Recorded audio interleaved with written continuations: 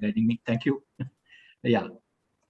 So very briefly, thank you, Sharmaji. So I was telling we had a very great time together in SECI, and thank you for remembering that. I'm always close to SECI because I was part of the very initial stages of SECI. So nice that we are interacting today. I'll just share my presentation. Yeah.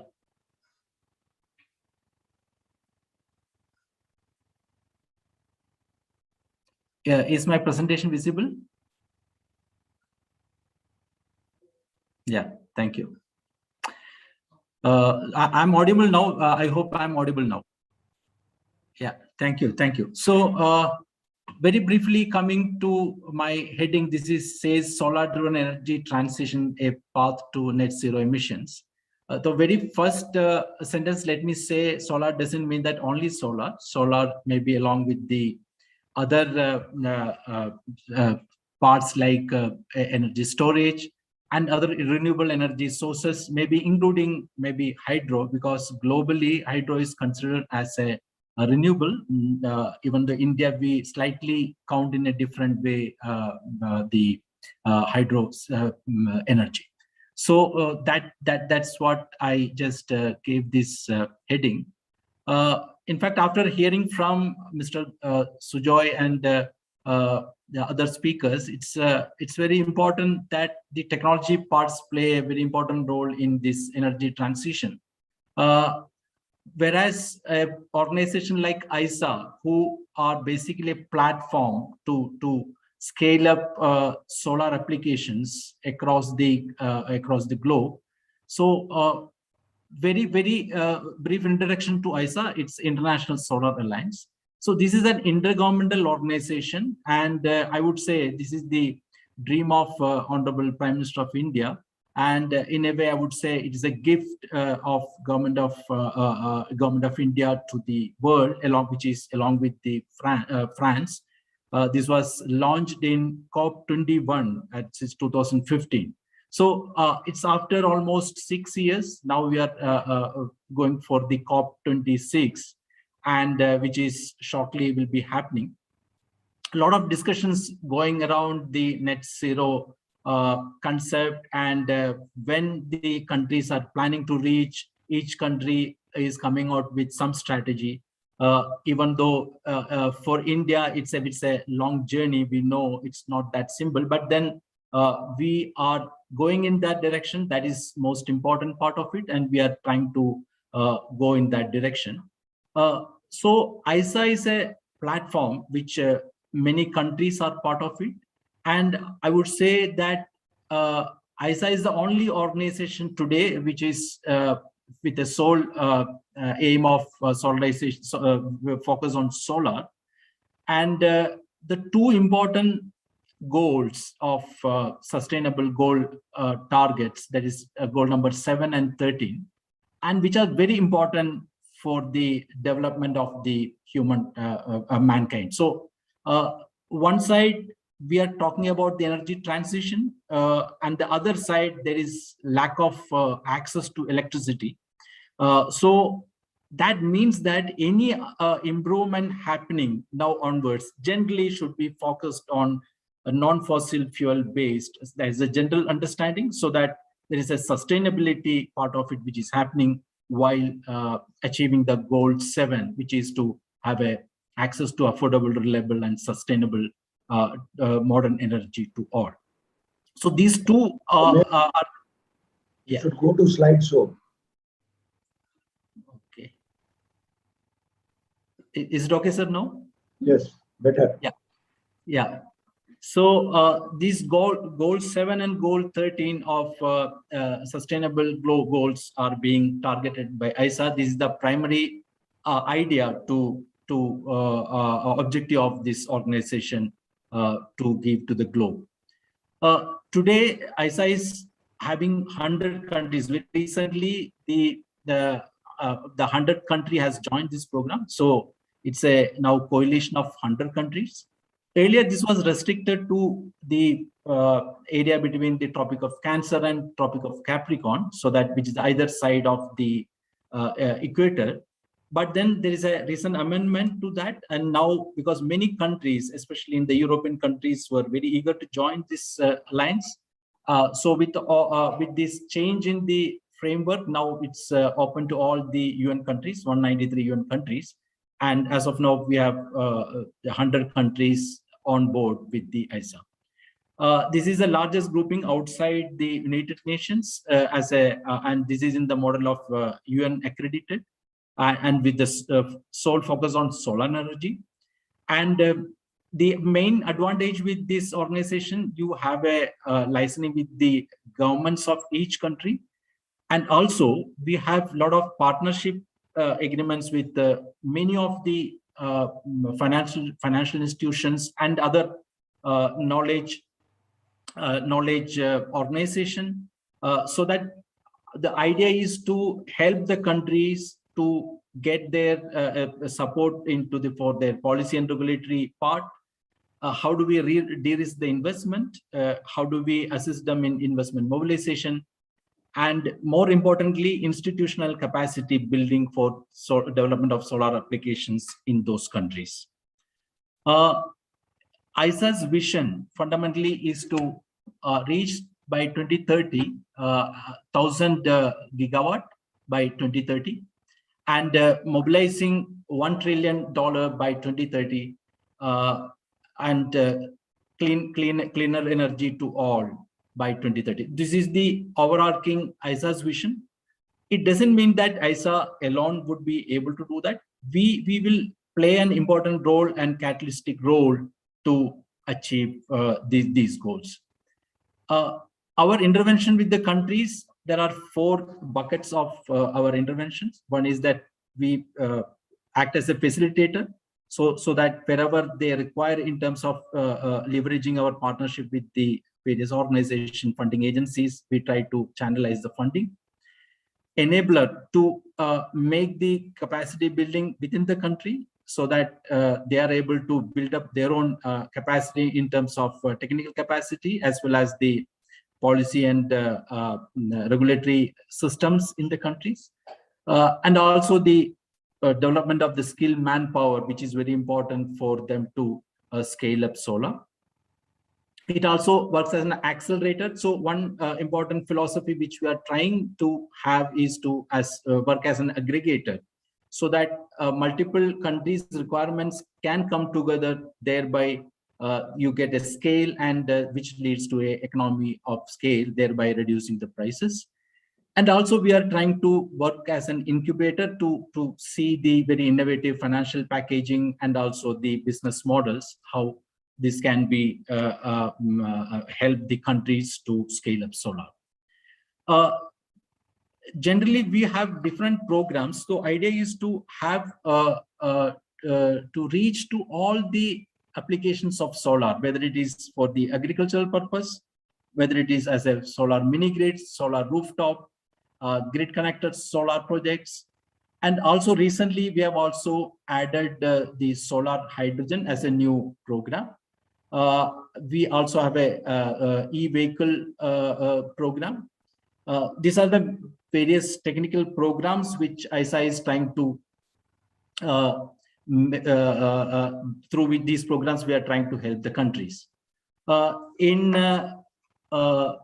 this agricultural pump system, already there are 26 countries part of it, which they have given the demands, which goes up to 256,000, more than 256,000 of 272,000 of the pump requirement, which of 14 countries in Africa, 6 countries in Asia Pacific region, and 2 in Latin American and Caribbean region. So we have already, there were technical missions went to all these, many of these countries. In fact, 10 countries we have visited to see their specific requirements. And then also we did an international competitive bidding, which has seen a very drastic reduction in the prices.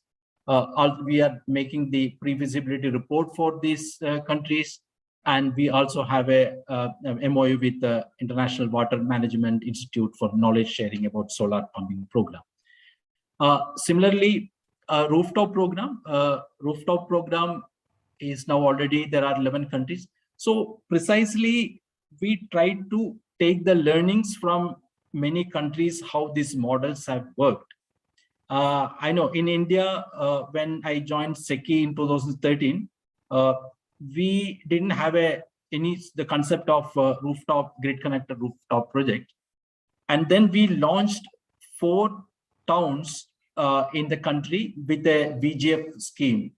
The idea is to just to start these towns, because we don't have any regulatory or policy. How do we do that? Because each utility doesn't know how do we proceed in terms of rooftop, and what are the repercussions, what are the regulatory mechanisms. So this has triggered in 2013. I'm very happy that I think more than 3,000 megawatt of solar rooftop is implemented in the country. So it's started with the VGF scheme, so that we try to drive the policy by the state governments, and also the regulatory processes are in place, so that once these systems are in place, slowly the market takes over, and the support of the VGF is no more required. So that is the philosophy which we are also trying to see how we can help these countries to make the enabling policies. When we go to the countries, one thing is very clear. Most of the countries, the problems are similar. When we talked in 2013 into various utilities, or various distribution companies in India, they were very apprehensive because their sizable consumers will go out of it, and that too, who have the paying capacity may go out of their systems. The similar apprehensions are there in those countries as well. So I think we need to build up that, how gradually it can be done, apart from the technical part of it. And even technical part of it, these are my first-hand experiences. Many of the states were not having the idea how much in a distribution transformer I can allow this solar rooftop. So initially they were restricting to only 20% of their distribution transformer. So they were not sure of how it is going to behave. And slowly they got these experiences, and technically they could manage later. So I think these learnings, not only from India, the other countries, and especially from European countries who are all members in this in the alliance, we try to bring all these package together, and depending on the country to country and what stage they are there, we'll try to find solutions for that. Similarly, the solar mini grids also we are working, and mini grid is historically in any country, this is not affordable to the people, because this is basically targeting very low income group people, and such rural areas. How do we make it sustainable? So there is a big intervention from the government sector required in all these things. And then also we need to find out anchor loads who play as a maybe the major consumer. It may be a what you call for communication system, some which they can require the power for the towering and all. And then aligned with that, you can also target these inhabitants there. So here also we are trying to see that, and also we try to with the help of the financial institutions, try to gather some kind of grant supports to certain level. Without the grant support, the sustainability is still in question. So we are trying to help these countries. There are already 9 countries which we are working. Ultimately, the other major program is Solar Park program. Solar Park program was launched sometime in 2020 last year. Here, of course, the model which we are trying to see is to replicate the solar parks concept in India. In India, we have very, very different kind of setups of solar park in India. If you consider one model which is followed by Pavagada 2000 megawatt in Karnataka, where the land is taken from the agricultural people who are not able to do any agriculture for 20-25 years because of the drought. The land has been taken on lease so that there is a win-win situation for these people as well as to set up solar generation there. Now, there is a altogether a different model which we followed in Badla kind of solar park, where the solar park is basically joint developed by the state government and the developer, and the land is basically monetized there. This is one of the biggest monetization program which I have seen. The land is monetized so that ultimately they get a revenue out of that land, which is not used for any other this thing. A third model in Riva in MP, it was with a World Bank support. So what I'm just trying to say that very, very different models are available. We are trying to see if we can see ultimately the government doesn't have the money, most of this government, especially in the African countries, but can you at least the way you can monetize these things and then draw a benefit out of it, and also you work on the other subsidies which you are giving on a higher side, which is may not be efficient. Can you convert these things into the solar ultimately so that you get a win-win situation for all these kind of things we are trying to see. This is an IPP model which we are working, where we try to help. In fact, NTPC is the project management consultant here to do the all the due diligence and pre-feasibility studies of the sites. Once these sites are identified, then we will try to auction it, and then the independent power producers can come and set up. This is a very simplest model, but equally complicated because there are issues related to in terms of payment security mechanisms, and how do you ensure the 25 years of payment. We are trying to make those risk factors to be taken care through a innovative financing models. We are in the process of working it out because predominantly ISA, the countries which require the kind of solar projects are also financially weak. There are governance issues in these countries. And within all these challenges, we need to find solutions. And that's what we are trying through innovative, maybe payment security funds or trust funds. We are working on multiple dimensions on that. So solar park, of course, trying to see through a cluster basis solar park, because there are different power pools available in Africa, like West African power pool or Southern African power pool. We are trying to have a cluster of countries through this common transmission systems. If you can set up a solar park there, and by drawing benefits to all, these are the areas so that we are trying to work. So this process is on. And now recently, we are also seeing that there is a good potential for the floating solar. Many of these countries have large hydro potential, and those transmission systems can be utilized. Most of them are reservoir-based power stations.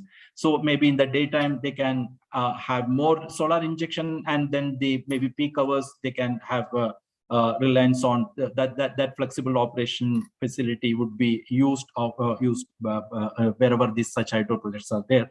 Many of these countries are now showing a lot of interest, where the NTPC is again supporting on that. We are trying to reach out to these countries. This I just talked about the cluster of bases. Now almost there are 10 countries which are in the project identification stage. Some of the projects have been already identified, like Togo, Mali. We have already identified the project, and Cuba, we have almost 900 megawatt. The locations are identified. Some of these countries are moving on a fast track, but then last 2 years, because of the COVID pandemic, we could only do the desktop studies from here. But then once this reopening of the economy starts, people can move, and I hope more things will happen. Parallelly, ISA also is slowly building the confidence of getting the finances. I think all these components together, we should be able to push the implementation of the large scale projects in these countries. So idea is to have that solar. I would say in these solar parks, there can be always a storage part of it. And even it can be maybe strategically looking at the pipeline, and which is on a futuristic note on the solar hydrogen. If we can also align with that in terms of if we synchronize with the piping and all, but this is very initial thought, which we will be working on that. One of the biggest vision which Honorable Prime Minister has put forward that is catching a lot of attention is on the One Sun, One World, One Grid. And this is one of the important topic which will be discussed during COP26. The ISA Secretariat along with the Prime Minister's office, and they're already working on that. Because some of the regional operators, especially UK, has shown a lot of interest to align with that, because they have already have the what you call experience on the regional grids, which is connecting what you call UK to Europe. That is the European network of transmission system, which is already in place. Similarly, there is in Gulf region also, there is a GCCIA, where there are a lot of common transmission system being built up through the countries in the Gulf. There is a regional transmission systems available in Africa already. That is